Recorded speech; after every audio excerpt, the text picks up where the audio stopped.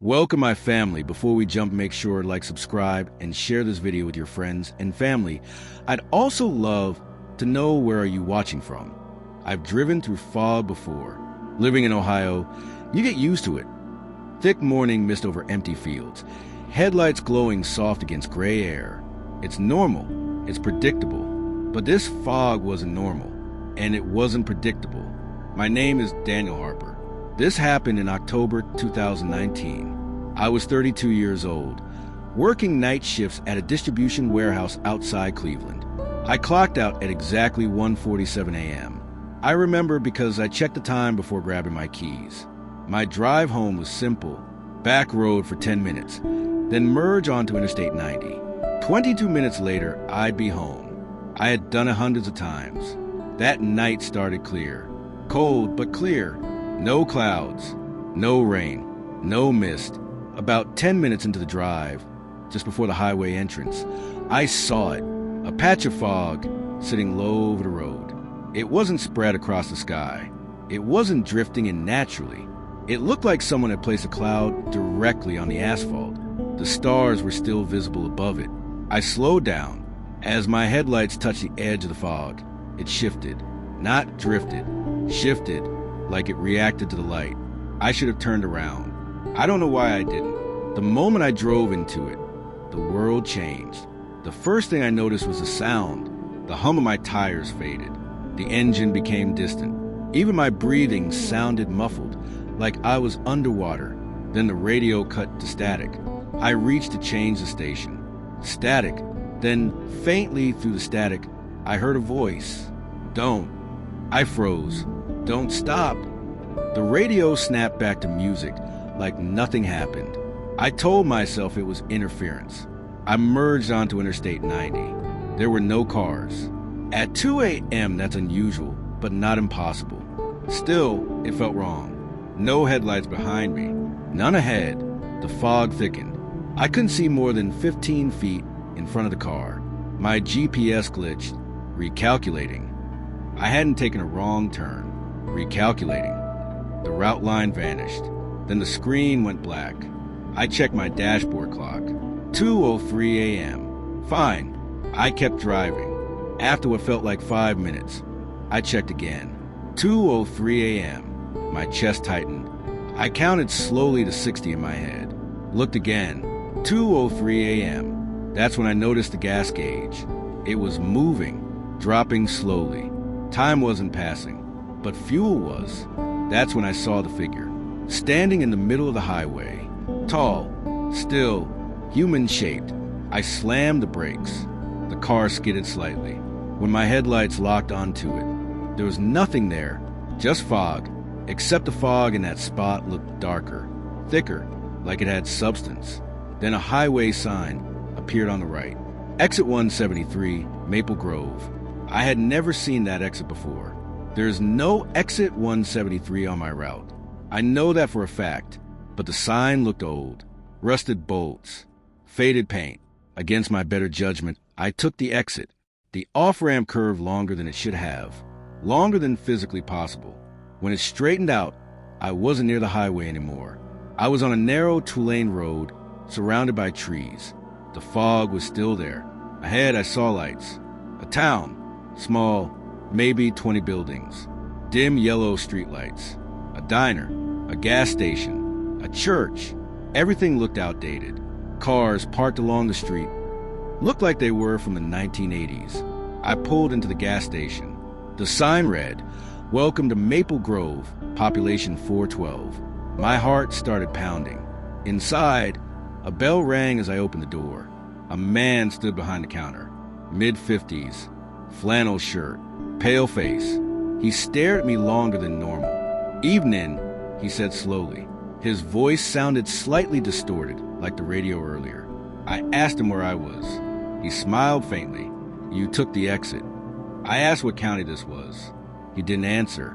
He just kept staring. Then he asked, "Why'd you stop?" The same words from the radio. "Don't stop." I backed away from the counter and stepped outside. The fog had thickened. The road I came from was gone. No ramp, no highway, just trees. My headlights flickered and shut off. The engine was still running, but the lights were dead. Then I saw them, people standing at the edge of the street, maybe 15 of them, completely still, watching me. No expressions, no movement. The man from the gas station stepped outside behind me. "They all stopped," he said calmly. I didn't respond. He pointed to the cars parked along the street. Different models, different license plates, different decades. "These are the ones who slowed down," he said. "The fog doesn't like that." My heart felt like it was gonna explode. I got back in my car and slammed the door. I pressed the gas. The car moved forward, but the town didn't change. It felt like I was driving in place, like a looping background in a video game. The people didn't move. They just watched. Then I remembered the voice. "Don't stop." I pushed the accelerator all the way down. The speedometer climbed. I drove straight through the town, through the buildings, through the figures, through the gas station.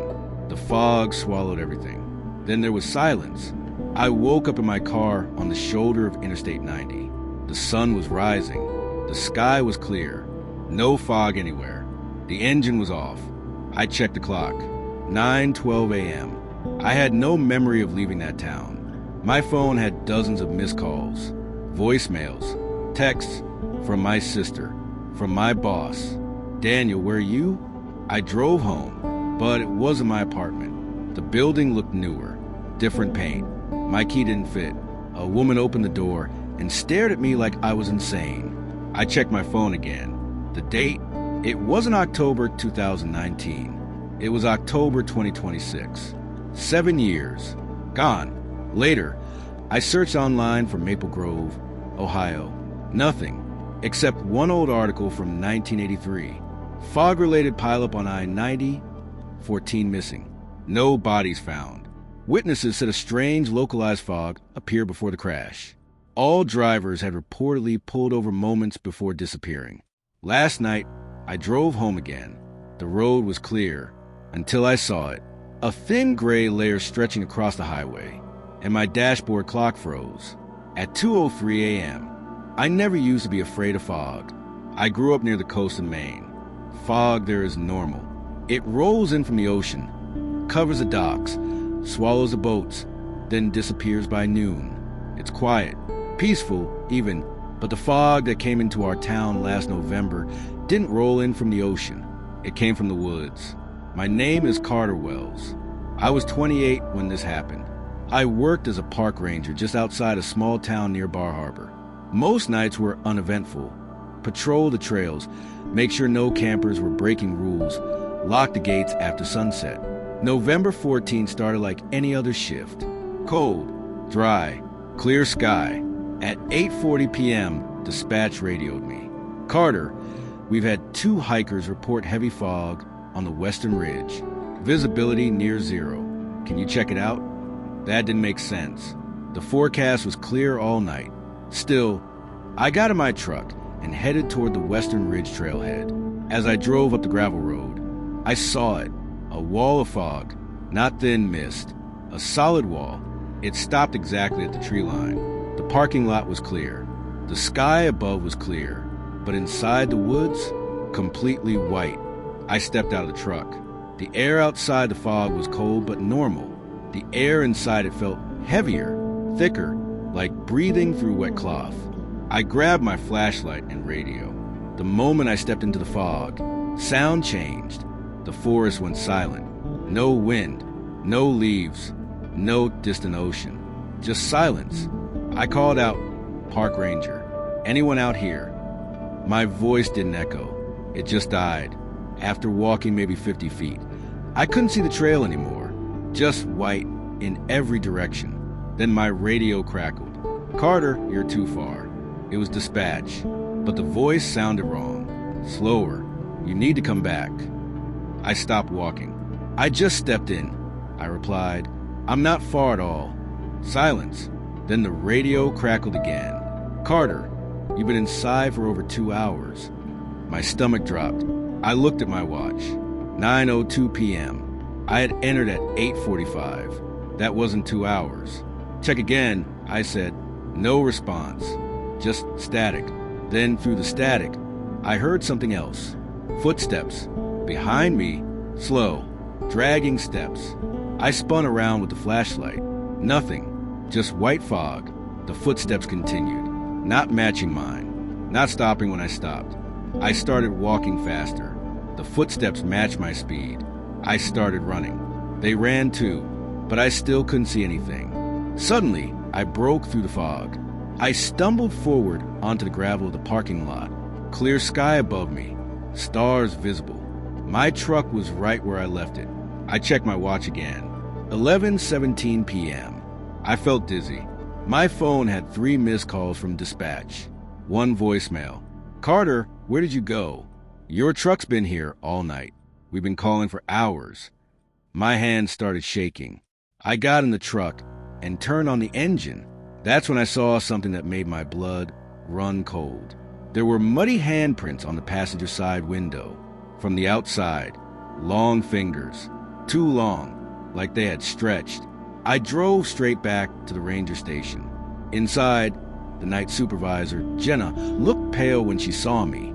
"Where were you?" she asked. "The ridge," I said. I was gone maybe 20 minutes. Her face drained of color. "You clocked out at 8:41 p.m., she said slowly. "You never checked back in." I told her that wasn't possible. She pulled up the security footage from the parking lot. There was my truck, parked, lights off. From 8:41 p.m. onward, it never moved. Not once. At 9:03 p.m., something appeared on camera.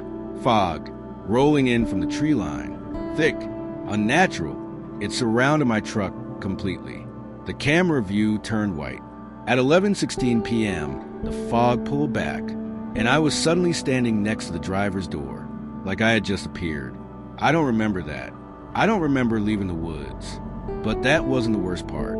Jenna rewound the footage, zoomed in, inside the fog. When the image glitched, you could see shapes moving, tall shapes, surrounding the truck. At one point, something leaned close to the driver's side window, pressing against the glass from inside the fog. Its face wasn't clear, but it wasn't human. The next morning, 3 hikers were reported missing from the same Western Ridge Trail. Search teams went out. No bodies were found. Just heavy fog covering that entire section of forest. Weather services claimed there was no recorded fog in the area that night. No satellite images showed it. No radar detected moisture levels high enough to form it. Officially, it never happened. I quit my job 2 weeks later, moved south to Portland, hoping distance would help. It didn't, because sometimes, late at night, when the streets are empty and the air is clear, I see it forming at the end of my block, not rolling in, just appearing. A thick white wall between the streetlights. And last night, for the first time since November, my phone buzzed. No caller ID. When I answered, there was only static.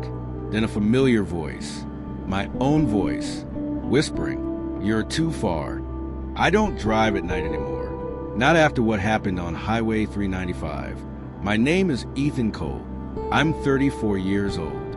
I work as a freelance videographer based in Reno, near the border of Nevada and California. Most of my jobs involve long desert drives, empty roads, and small mountain towns. I used to love it. Now I won't go near fog. This happened in late October 2023. I had just wrapped up a 3-day shoot near Lake Tahoe. The client dinner ran late, and by the time I got in my car, it was 12:26 a.m. My GPS estimated about an hour and 20 minutes back home using U.S. Route 395. The sky was clear when I left. Cold, but clear. About 30 minutes into the drive, I noticed something strange in the distance. A pale band stretching across the highway. At first, I thought it was dust. Then I realized it was fog. That wasn't unusual near the mountains. What was unusual was that it wasn't drifting. It was perfectly still, like a wall. I slowed down slightly but kept driving. As my headlights touched it, the fog rippled, like something had disturbed water. I felt a chill crawl down my spine. The moment I entered it, the temperature inside my car dropped. My dashboard said 42 degrees before. Now it read 31. My breath became visible. The radio cut out, not the static, just silence. I tapped the screen. Nothing. The fog outside was so thick, I could barely see the hood of my car. I checked my phone for signal. No bars. That's when I noticed something else. There were no other headlights. Highway 395 always has at least a few trucks at night. Now it was empty, completely empty. I told myself it was just a weird weather pocket. Then my GPS glitched. The route line vanished. The screen zoomed out on its own. Instead of showing the highway, it showed a blank gray area. No road labels. No terrain. Just gray. I tried restarting it. The screen stayed gray. Then a small dot appeared. My car, but it wasn't on Highway 395 anymore. It was on a thin, unnamed road that curved into nothing. I felt panic rising in my chest. I hadn't turned off the highway. I know I hadn't. Then I saw brake lights ahead of me. Relief flooded through me. Another car. I wasn't alone. I slowed down and followed the red glow carefully through the fog. The car looked older. A dark SUV. Its brake lights flickered strangely, like they were struggling to stay on. After about 2 minutes, I noticed something unsettling. I couldn't see the rest of the vehicle. Just the lights. No body. No outline. Just 2 floating red circles in the fog. I blinked hard. They were still there. I honked lightly. The brake lights went out instantly. Not faded. Out! Gone. I slammed the brakes. My car slid slightly. The red lights didn't reappear. There was nothing ahead of me. Just empty white air. My heart was pounding so loud, I could hear it in my ears. Then I saw a road sign emerge in the fog on the right side.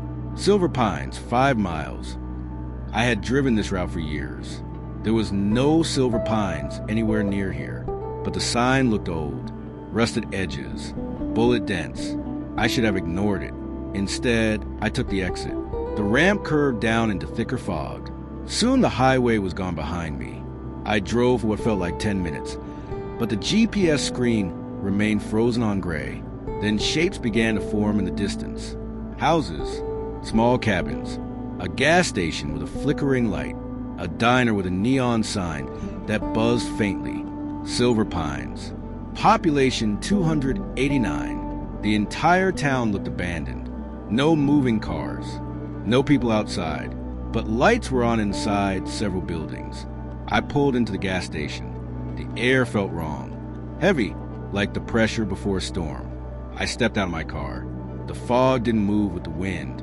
It swirled slowly around the buildings, like it was circling them. The gas station door creaked open as I walked in. A bell rang overhead. A woman stood behind the counter. She looked around 30. Dark hair pulled back. Blank expression. "Evening," she said softly. Her voice echoed slightly, even though the room was small. I asked her where I was. She stared at me for a moment too long. "You followed the lights," she replied. My stomach tightened. "What lights?" She tilted her head slightly. "The ones ahead of you. The floating brake lights." I stepped back. "I need to get back to Highway 395, I said. She smiled faintly. "You left it." "No," I said quickly. I took an exit. Her smile widened just a little. Everyone says that. A cold wave ran through my body. I rushed outside. The road I had driven on was gone. In its place was a dense wall of fog between the trees. No visible path. No tire tracks. Just white. I got back into my car and tried to start it. The engine turned over, but the headlights flickered and died. The dashboard lights dimmed. The gas gauge dropped suddenly from half to nearly empty. That's when I noticed something in my rearview mirror. Figures, standing behind my car. At least 10 of them. Tall, thin, barefoot. Their skin looked pale in the fog. Their faces blurred, like they weren't fully formed. They weren't moving, just watching. One stepped forward slowly. Its joints bent strangely, like they weren't used to walking. It placed its hand on my trunk. I felt the pressure inside the car, like the metal flexed slightly. I locked the doors, even though they were already locked. My breathing became shallow. Then my phone lit up. No signal bars, but an incoming call. Unknown number. I answered without thinking. There was no static, just a whisper. "Don't stop." The same words from the previous stories I'd read online about strange fog disappearances. My headlights suddenly flickered back on. For just a second, I slammed the gas pedal down. The car lunged forward. Through the figures, through the fog, through the town. I didn't see buildings anymore. Just white. I kept the pedal down, even when the road felt uneven, even when it felt like I hit something. After what felt like forever, the fog thinned, then disappeared. I was back on Highway 395. Clear sky, stars visible, no town behind me, no exit sign. I pulled onto the shoulder and checked the time, 3:48 a.m. I had entered the fog around 1 a.m. Nearly 3 hours gone. My fuel tank was almost empty. It had been half full. When I got home to Reno, something felt wrong. My apartment building looked older, the paint more faded. Inside, my key didn't work. A man opened the door. He looked confused. "Can I help you?" I checked my phone. The date read October 28th, 2026. 3 years after the night I entered the fog. I later searched for silver pines near Highway 395. Nothing current. But I found an archived newspaper article from 1997. Small Nevada town abandoned after highway reroute. The town was called Silver Pines. Population 289. It was officially declared empty in 1998 after the main highway was moved miles away. No residents remained. But there was one strange note in the article. In the months before it was abandoned, multiple drivers reported seeing phantom brake lights on the highway during heavy fog. Several motorists were listed as missing. No bodies found. Last week, I was driving during the day. Clear weather. No fog anywhere. But in my rearview mirror, just for a second, I saw 2 red brake lights floating in the distance behind me. There was no car there, and my phone lit up again. Unknown number. This time, I didn't answer, but the voicemail came through anyway. It was my voice. Calm. Empty. You follow the lights. I deliver packages for a living. Long rural routes. Empty back roads. Late nights. You see a lot of strange things doing that job. Broken down cars, abandoned houses, animals standing too still in the dark. But nothing compares to the fog on County Road 12. My name is Lucas Reed. I work for a regional courier company based outside Boise in Idaho. Most of my routes take me far outside the city limits. Farmland, forest edges, mountain highways. On December 3rd, 2024, I was finishing my last delivery of the night. The address was strange. No house number, just coordinates.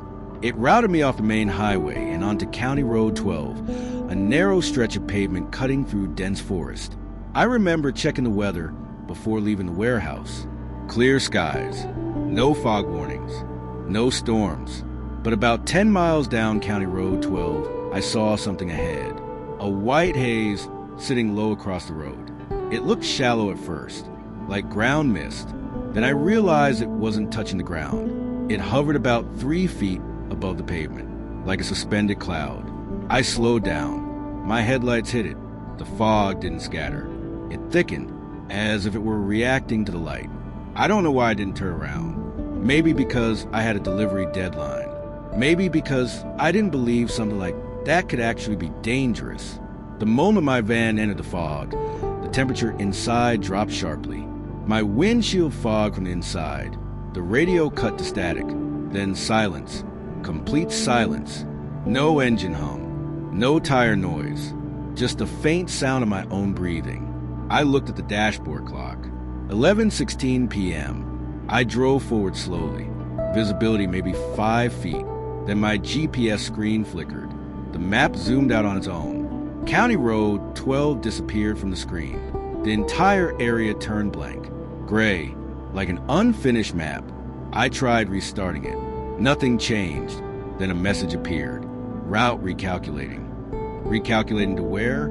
There was only one road. That's when I saw the first figure. Standing just off the side of the road. Barefoot, tall, thin, completely still. Its face wasn't clear. Not hidden, blurred, like a smudge in the air. I slammed the brakes. The van skidded slightly. When I blinked, it was gone. I told myself it was exhaustion. Shadows, my imagination. Then I saw more, shapes moving between the trees. keeping pace with my van, not running, gliding. Their feet didn't disturb the ground. They were just there. Then my phone rang. No caller ID, no signal bars on the screen, but it was ringing. I answered. There was no static, no background noise, just a whisper. You weren't supposed to stop. My grip tightened on the steering wheel.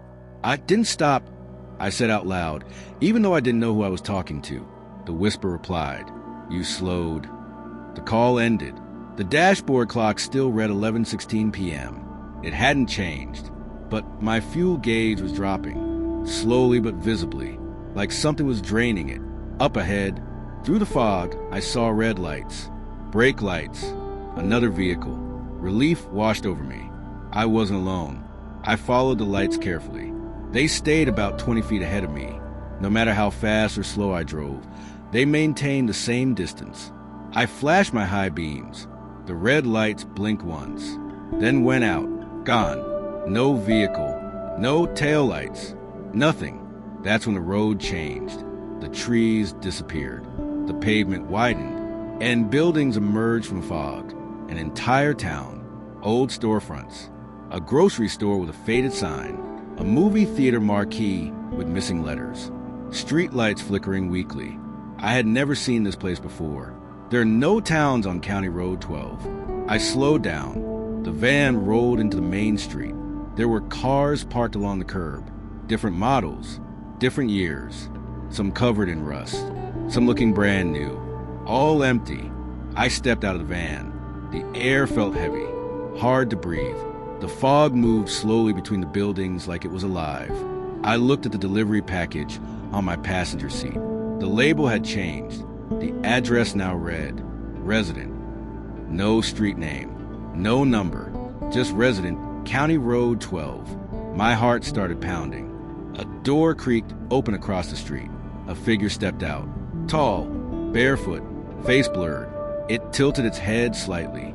Then another door opened, and another. More figures stepped out, all silent, all watching me. I backed toward my van slowly. I'm just making a delivery, I said, my voice shaking. One of them took a step forward. Their movements were stiff, unnatural, like joints bending wrong. The fog thickened around my legs, cold against my skin. Then I heard something behind me, a soft knock. On the back doors of my van, 3 slow knocks. I spun around. No one there. Another 3 knocks, this time from inside the cargo area. I hadn't picked up any packages since leaving the warehouse. The cargo hold had been empty except for the 1 box. The knocking became louder, more urgent. Then it stopped. My phone buzzed again. A text message from an unknown number. It read, "Delivery confirmed." The van engine turned off on its own. The headlights died. The street lights in the town flickered out one by one, until the only light left was a pale glow of the fog. The figures stepped closer. Their faces began to sharpen slightly. Not fully, but enough to see empty eye sockets. Not hollow, just absent. I scrambled into the driver's seat and turned the key. Nothing. I pumped the gas pedal desperately. The dashboard lights flickered once. The clock changed for the first time. 11:17 p.m. Then the engine roared back to life. I didn't hesitate. I slammed the accelerator.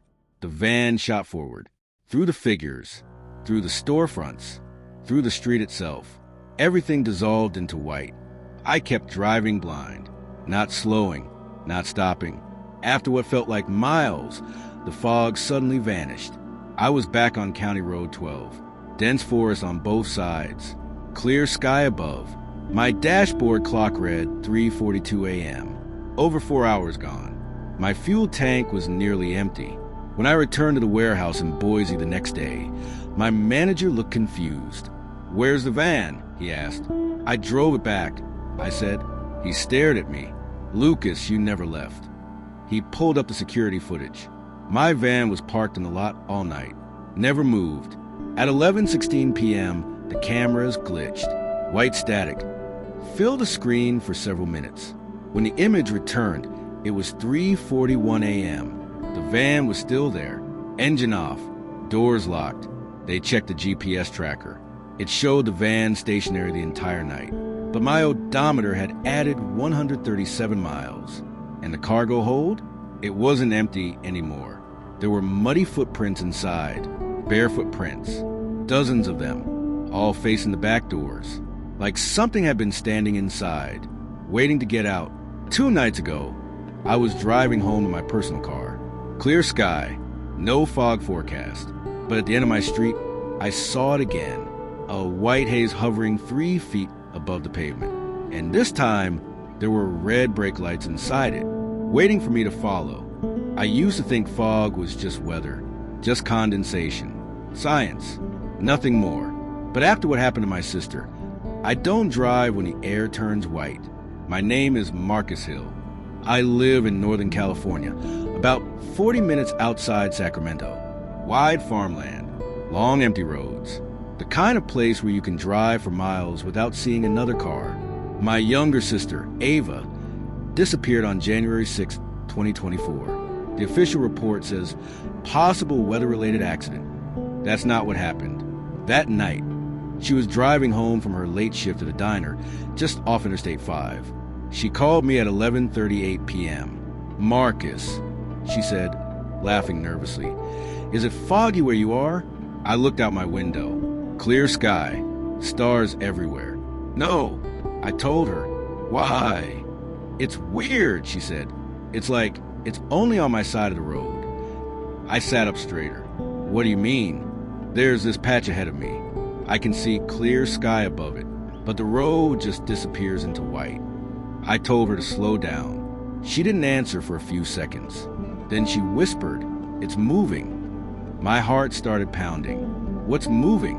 "The fog," she said. "It's not blowing across the road. It's coming toward me." I heard her turn down her radio. Silence filled the call. Then she said something that still keeps me awake at night. "There's someone standing in it." I felt ice crawl up my spine. "Ava, get off the road," I said. "Turn around." "I can't," she replied. "I can't see the lines anymore." Her breathing got faster. "I think they're walking toward my car." "Who?" She didn't answer. Instead, she said very softly, "They're all barefoot." The call cut out. I tried calling back immediately, straight to voicemail. I grabbed my keys and drove toward her usual route on Interstate 5. The sky above me was clear, but about 15 miles out, I saw it. A thick wall of fog sitting directly across the highway. Cars ahead of me were slowing down. One semi-truck pulled onto the shoulder and stopped. I remembered what Ava said. "It's moving." I should have turned around. Instead, I drove into it. The temperature dropped instantly. My windshield fogged from the inside. The world went silent. No engines, no tires, nothing. My phone lost signal. I rolled down my window slightly, trying to see better. That's when I heard it. Footsteps, soft, wet, slapping against pavement. Not one set, dozens, moving around my car. I locked the doors. My headlights barely cut through the white air. Then I saw them. Shadows, human shapes, tall, thin, barefoot, their heads tilted slightly, like they were studying me. One of them stepped closer to the driver's side window. Its face was blurry, not hidden by fog, blurry, like it didn't fully exist. It raised one hand slowly and placed it against the glass. Its fingers were too long. The nail beds were dark. I slammed my foot on the gas. The car shot forward. The shapes didn't move out of the way. I drove through them. There was no impact, just resistance, like pushing through heavy water. For what felt like minutes, I drove blind. Then suddenly, clear sky, no fog, highway empty behind me. I pulled over immediately. My hands were shaking so badly I could barely hold my phone. Signal came back. 12 missed calls from my mom. 1 voicemail from state police. They found Ava's car, parked neatly on the shoulder of Interstate 5. Engine off, key still inside, doors locked. No sign of forced entry. No skid marks. No damage. No footprints around the vehicle. Just thick fog reported by the first responding officer. By the time backup arrived 10 minutes later, the fog was gone. They never found her. No body. No evidence. Nothing. 2 weeks later, I went to the impound lot to collect her belongings. The officer warned me not to expect much. Inside the car, everything looked normal. Her purse, her jacket, her phone. But there was one thing that didn't belong. On the inside of the windshield, there were handprints from the inside. Dozens of them, long, thin fingers, pressed outward against the glass, like something had been trying to get out. Last night, I was driving home late again. The air was clear, until I saw a familiar wall of white ahead. My phone rang. Unknown number. I don't know why I answered. There was no static this time. No silence. Just my sister's voice. Calm. Too calm. Marcus, she said softly. Don't stop.